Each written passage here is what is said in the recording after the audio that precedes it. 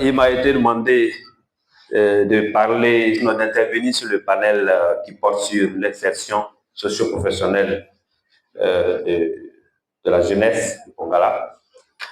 Et donc, comme je disais tout à l'heure, j'aurais été heureux qu'il y ait d'autres panélistes, en tout cas, qui m'accompagnent pour ce thème-là. Mais bon, j'ai essayé de réunir un certain nombre d'éléments à mon niveau. J'espère qu'ils vous seront utiles. Alors, je commencerai donc, comme le thème l'indique, par les défis. Je veux dire que les défis commencent par ce que j'appelle l'orientation. Ils passent ensuite par la formation. Et ils s'achèvent avec l'information. Voilà les trois types de défis auxquels la jeunesse, surtout la jeunesse qui va à l'école, est confrontée. Alors, pour revenir au premier défi qui concerne donc l'orientation. L'orientation, vous savez qu'on a aujourd'hui dans le système éducatif beaucoup de choses, beaucoup de formations, beaucoup d'éléments. Mais la réalité, c'est qu'il y a certaines formations, certaines filières qui sont plus prometteuses que d'autres parce qu'elles emploient en grand nombre, ou bien il y a certaines facilités d'insertion qu'on a au bout de la formation qu'il y a. C'est pour ça que le premier élément, c'est vraiment comment on s'oriente, vers où on s'en va. On va tous à l'école, finalement, même déjà au collège, au lycée. Après, on a déjà un premier choix entre aller en seconde C ou aller en seconde A ou même aller dans les filières techniques. Donc, ça commence depuis là-bas et ça se poursuit jusqu'au bac. Après le bac, il y a aussi une autre question. Je vais où? Je m'oriente où? Et c'est pour cela que je dis que c'est le premier défi qui est là. Comment on s'oriente? Si vous avez les informations qu'il faut, que vous orientez dans les filières qui sont prometteuses, c'est sûr qu'à la fin, vous avez beaucoup plus de chances de vous insérer, beaucoup plus de chances d'avoir un emploi. Alors donc, je suis heureux de constater que depuis quand même quelques années, les associations, parce que j'ai eu l'occasion de suivre, on va dire, une des conférences qui a porté sur l'orientation, qui a été organisée par l'association des élèves étudiants de Kasseré, et à Kasseré même là-bas. Et je pense qu'après ça, j'ai entendu aussi parler d'autres conférences qui portent vraiment sur l'orientation. Donc pour moi, ça, c'est vraiment un des premiers défis. Si vous vous orientez mal, vous auriez peut-être, vous allez avoir plus tard des diplômes, mais vous allez vous rendre compte que décrocher un boulot, ce n'est pas aussi simple que ça. Alors qu'il y en a qui vont dans d'autres filières, qui, quand ils finissent, tout de suite, ils ont beaucoup plus de possibilités. C'est pour ça que je disais que le premier défi, c'est vraiment celui-là. Alors donc, le deuxième défi par lequel les choses passent, c'est la formation. Vraiment, j'insiste sur la formation parce que c'est l'autre défi qu'on a. On entend beaucoup de choses. Oui, il n'y a pas de travail pour les jeunes n'ont pas de boulot. Mais croyez-moi, il y a beaucoup de jeunes qui, même si on dit voilà le boulot, viens prendre, il y en a beaucoup qui ne pourront pas.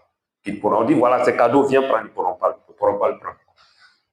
Parce qu'une chose, c'est de dire oui, je suis formé. Maintenant, après, il faut pouvoir faire le travail. Ceux qui sont au privé, là, ils savent que ça se paye cash. Tu peux dire, moi, je suis un électromécanicien. On te prend dans une entreprise, les usines doivent tourner.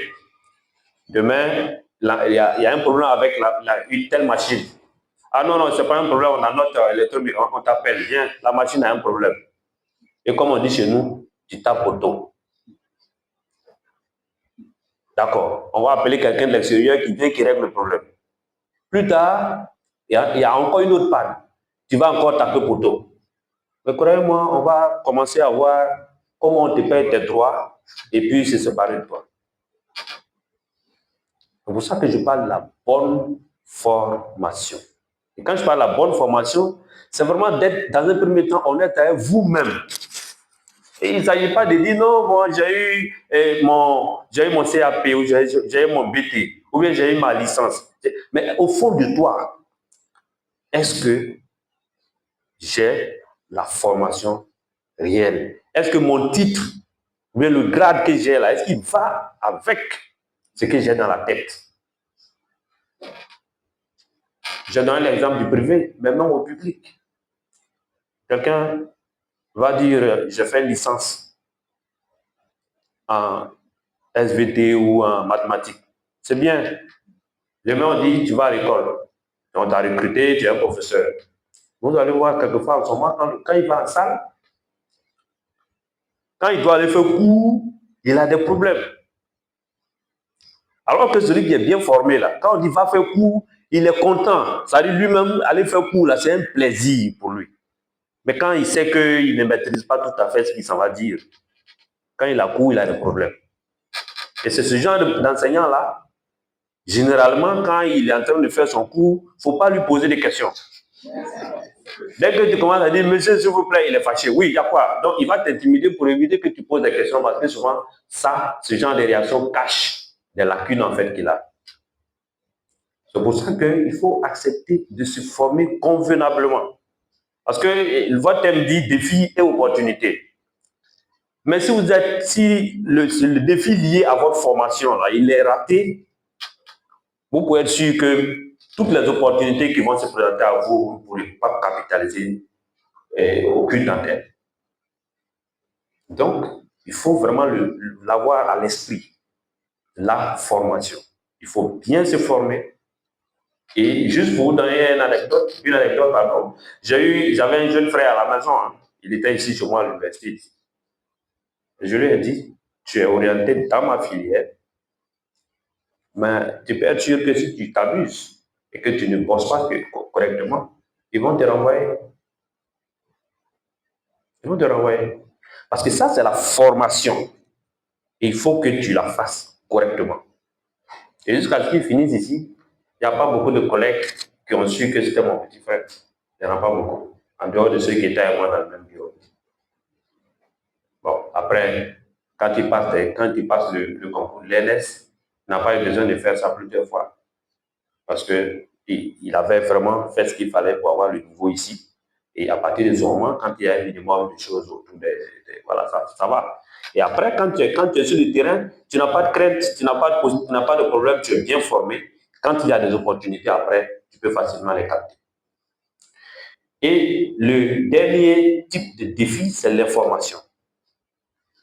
Tu as fait une bonne orientation, tu as fait une bonne formation. Mais après, si tu n'as pas l'information, il y a beaucoup d'opportunités qui vont passer que tu ne pourras pas capter. Simplement parce que tu ne sais même pas qu'en fait, en allant vers là-bas, tu peux avoir du travail. Tu ne sais même pas qu'il y a des concours qui sont ouverts. Tu ne sais même pas que des concours qui sont ouverts, là, il y a tel ou tel autre auquel tu peux, en fait, qui répondent à ton profil. Pour ça qu'il faut avoir l'information, la bonne information. Donc, ça veut dire que les défis, si vous arrivez, un, à vous orienter correctement, deux, à vous former comme il se doit, troisièmement, il va falloir maintenant s'informer, rester vraiment à l'affût, chercher à comprendre, chercher à savoir, chercher à vous informer pour que quand il y a les opportunités qui se présentent, que vous ayez l'information en prévu et puis ensuite que vous puissiez vraiment vous en intéresser. Donc voilà on va dire les trois types de défis que j'ai notés. Alors, pour parler maintenant comment on appelle ça, des opportunités. Si vous avez déjà été, on va dire, bien formé, c'est sûr que vous allez avoir, il y a plusieurs opportunités qui vont se présenter. Vous avez le premier type d'opportunité d'emploi qui est offert par, on va dire, l'État. Donc, il y a déjà les concours qui sont connus, bien connus, mais je suis sûr que beaucoup parmi les jeunes ne cherchent pas à savoir quels sont les concours de façon, on va dire, de façon exhaustive. Parce que je suis sûr que si je demande ici dans la salle, qui sont ceux qui sont parmi vous qui ont la liste complète des concours qui ont été lancés cette année, je suis presque sûr qu'il y a beaucoup qui n'ont pas la liste. Alors qu'il faut l'avoir. Il faut avoir la liste complète, voir quels sont les profils qui sont demandés et dans quel votre profil répond à quel appel. C'est ça. Donc, ce n'est pas une liste cachée. Elle est sur le site du ministère, la fonction publique, il faut y aller. Il faut regarder. Ça, c'est important. Généralement, on reste sur les concours qui sont connus. C'est-à-dire, voilà, tout ce qui est CAFOR, aller au lycée, collège, c'est connu. La gendarmerie, la police, c'est connu. Mais il y a beaucoup d'autres concours qui offrent beaucoup de possibilités. Donc, ça, c'est des opportunités qui sont offertes par l'État qu'il faut pouvoir capter. Il y a maintenant ceux qui ne sont pas bien connus. Mais justement, là, il faut aller à l'information. Mais qui sont aussi des opportunités. Je sais qu'avant que Duncan arrive, par exemple, ici à l'INSAC, il y a peut-être qu'il y a beaucoup, hein, pas seulement les jeunes, mais même parmi les aînés, il y a beaucoup qui ne savaient pas qu'il y avait des opportunités ici, où on pouvait faire des formations ici qui pouvaient aboutir à des choses. Voilà. Donc, et ce n'est pas seulement l'INSAC, si vous allez, il y a beaucoup d'autres concours. Je sais que, bon, comme ici, ceux qui sont ici savent qu'il y a l'INFES à côté, il y a l'ILJS, il y a, comment on appelle ça, l'INFEJ, voilà, où on pense seulement aux magistrats, alors que les gens forment d'autres personnes, comme les greffiers, comme tout ce qui est auxiliaire de la justice, qui sont des possibilités, des opportunités d'emploi. Donc, il faut vraiment ouvrir les yeux, parce que les opportunités, il y en a. Il y en a que l'État offre, que vous connaissez, mais il y en a aussi que l'État offre, bien sûr, mais il faut aller chercher l'information. Il faut s'informer mieux, savoir, et vous verrez qu'il y a quand même pas mal de choses qui sont proposées, même déjà au niveau de l'État. Après, donc, cela, il y a, même, je veux dire, il y a des recrutements exceptionnels parfois. C'est-à-dire, il y a ceux qui sont connus de façon, on va dire, la routine est sûre.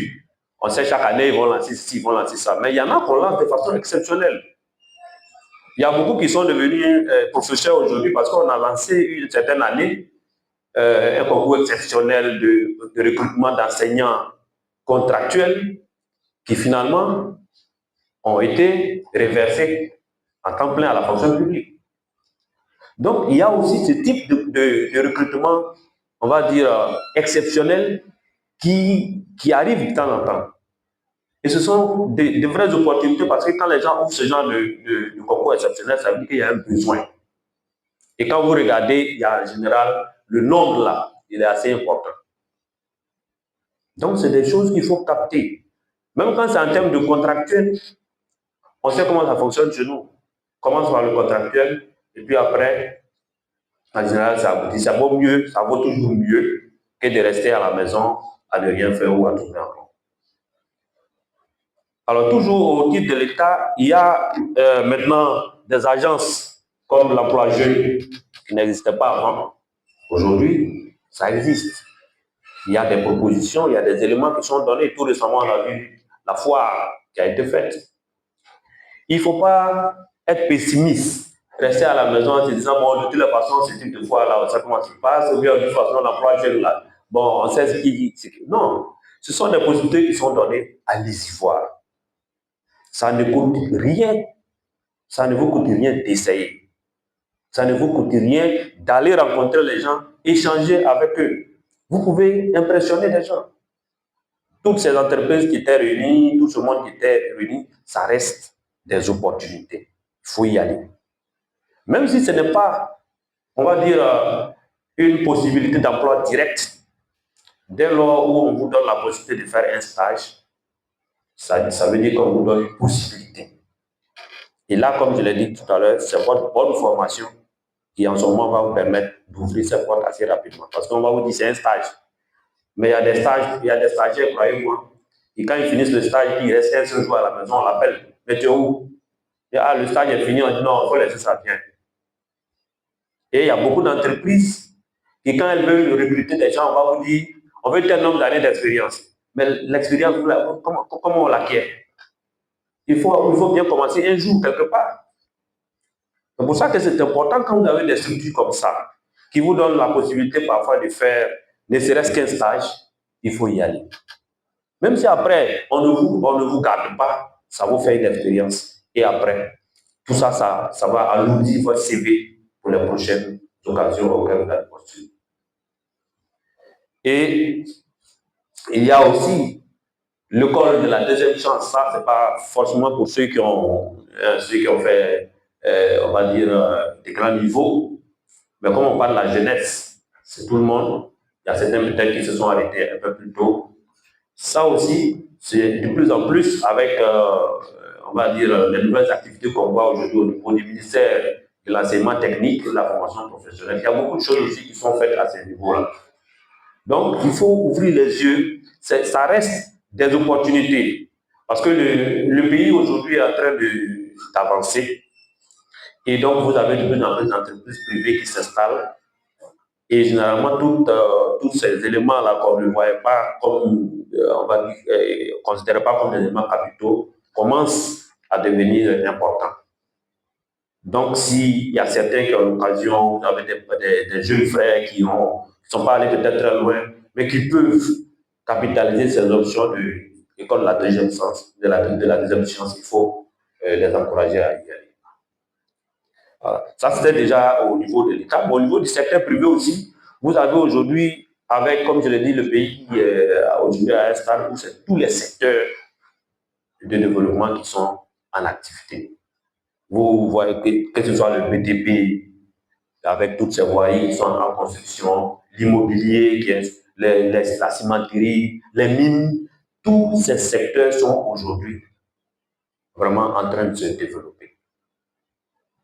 Donc, il est important pour vous de vous intéresser aussi aux activités de toutes ces structures privées-là.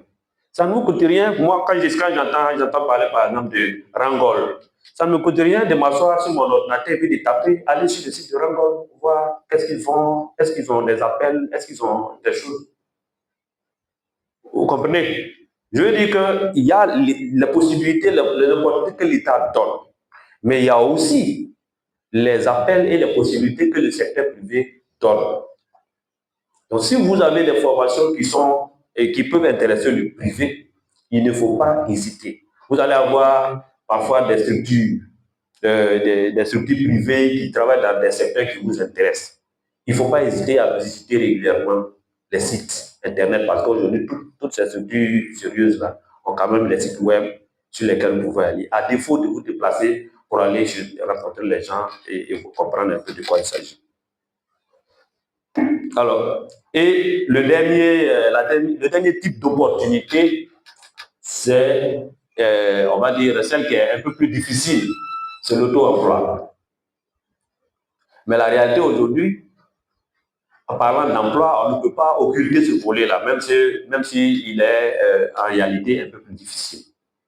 Alors, l'auto-emploi, aujourd'hui, quand même, on a, avec certaines agences comme l'emploi jeune dont je viens de parler, il y a souvent des appels à projets. Donc, si vous pensez que vous avez une formation dans un domaine où vous vous organisez, c'est important et intéressant de vous intéresser à ce type d'appel. Parce que l'auto-emploi, c'est important. Son seul problème, c'est le financement. Comment on va un financement? Non, on va vous dire oui, vous vous organisez. Et tout le monde est probablement, chacun souhaite travailler pour lui-même et voir ses affaires fleurir. Et là, il n'a pas de patron, il décide. Mais ce n'est pas toujours évident. Mais si vous avez l'opportunité de vous mettre ensemble, même en petit groupe, avec on va dire, des backgrounds différents, de sorte que vous soyez complémentaires, vous le faites. Et aujourd'hui, les choses sont telles que pour créer une entreprise, ce n'est plus aussi difficile qu'avant. Voilà. Or, vous avez beaucoup de financements où les gens ont dit qu'il faut vous organiser en entreprise, il faut vous organiser en société. Donc, si vous êtes un petit groupe que vous pouvez créer quelque chose, vous créez et vous allez vers ces financements-là. Voilà, j'ai parlé d'emploi jeune, mais il y a aussi d'autres types de financement. Il y a même des sociétés privées qui donnent des financements moyennant, on va dire, des intérêts. Voilà, donc ça reste une possibilité. C'est pour ça que je disais tout à l'heure que c'est un peu plus difficile, mais ça reste quand même une des options. Je connais certains jeunes qui commencent à s'organiser un peu, ils se débattent comme ils peuvent, voilà, pour avoir quelques petits marchés ici et là dans cette main. Vraiment, il faut y penser plutôt que de ça, parce que ce qui arrive le plus souvent, c'est que certains finissent la formation et puis ils sont assis. Alors qu'ils ont disons, des qualités dans certains domaines qui sont tels que s'ils s'organisent bien eux-mêmes, ils peuvent commencer vraiment à avoir des choses. Voilà. Alors, donc, je vais terminer par quelques conseils qui sont donc, comme je l'ai déjà dit, il faut bien s'orienter, il faut accepter de bien se former et il faut être actif. Quand je dis actif, c'est vraiment de chercher les informations. Il faut chercher les informations. Si vous êtes assis dans votre petit coin, isolé, ce n'est pas sûr que vous allez les avoir. Il faut vraiment vous ouvrir aux autres.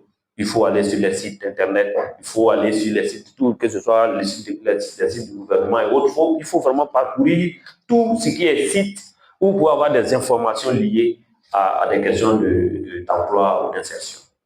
Ça, c'est extrêmement important. Et il faut aussi être audacieux pour pouvoir entreprendre. On a dit, oh, ça là même, si je peux passer ça là même, bon. Non, il faut toujours aller. On va même vous dire souvent, non, ça là, ce concours-là, tu ne peux pas l'avoir. Est-ce que tu as un caillou? Est-ce que tu as quelqu'un qui va payer tel montant? Il faut y aller. Voilà. Peut-être que quand on va finir de prendre, même si on paye là-bas, quand on va finir de prendre ceux qui payent là, dès qu'il va rester encore 2 ou 3 places, on ne sait jamais. Et rien ne dit que vous ne pouvez pas être dedans. Voilà. Donc, ça, il faut être audacieux et essayer. Essayer. C'est important. L'autre chose, c'est que parfois, on veut absolument faire des fixations. Moi, je dois avoir ceci, absolument. Alors que vous pouvez commencer quelque part et puis progressivement. Parce que ce soit la fonction publique, que ce soit au privé, il y a ce qu'on appelle le profil de carrière. Donc, vous trouvez, moi j'ai des amis que je connais qui ont commencé en tant qu'instituteurs, mais aujourd'hui qui sont enseignants au supérieur. Voilà. Sans compter le fait qu'il y a des concours professionnels en interne qui s'organisent de façon régulière. Donc, il ne faut pas faire de fixation. Si à un moment donné, vous estimez que le temps avance, l'âge avance, et que vous avez la possibilité de vous insérer quelque part, si ça correspond un peu à vos aspirations, allez-y. La suite, vous pourriez décider de comment vous progressez. Et puis, donc, il faut continuer de se former. Ça, c'est extrêmement important. J'ai vu une information passer la semaine passée, mais dans le profil qu'on demande, on dit qu'il faut parler, quelqu'un qui parle bien anglais. Bon, je sais qu'il y a beaucoup peut-être qui ont fini la formation, soit ils ont eu le BTS, ils sont assis à la maison. Mais en attendant d'avoir un emploi, il faut apprendre autre chose. Il y a tellement de formations en ligne aujourd'hui. Il y a tellement d'autres choses qu'on peut faire sans grand moyen. Quand il y a imaginez-vous, il y a un appel après. Vous avez fait le BTS ensemble, il y a l'autre qui s'est inscrit sur un site quelque part pour continuer à se former en anglais. Il a aujourd'hui peut-être un petit truc en anglais. Et puis il y a un appel où on dit parler l'anglais correctement, c'est un atout. Lui, il met ça dans son CV. Quand il va à l'entretien, là, lui, il parle son anglais qu'il a appris pendant que toi, tu attendais.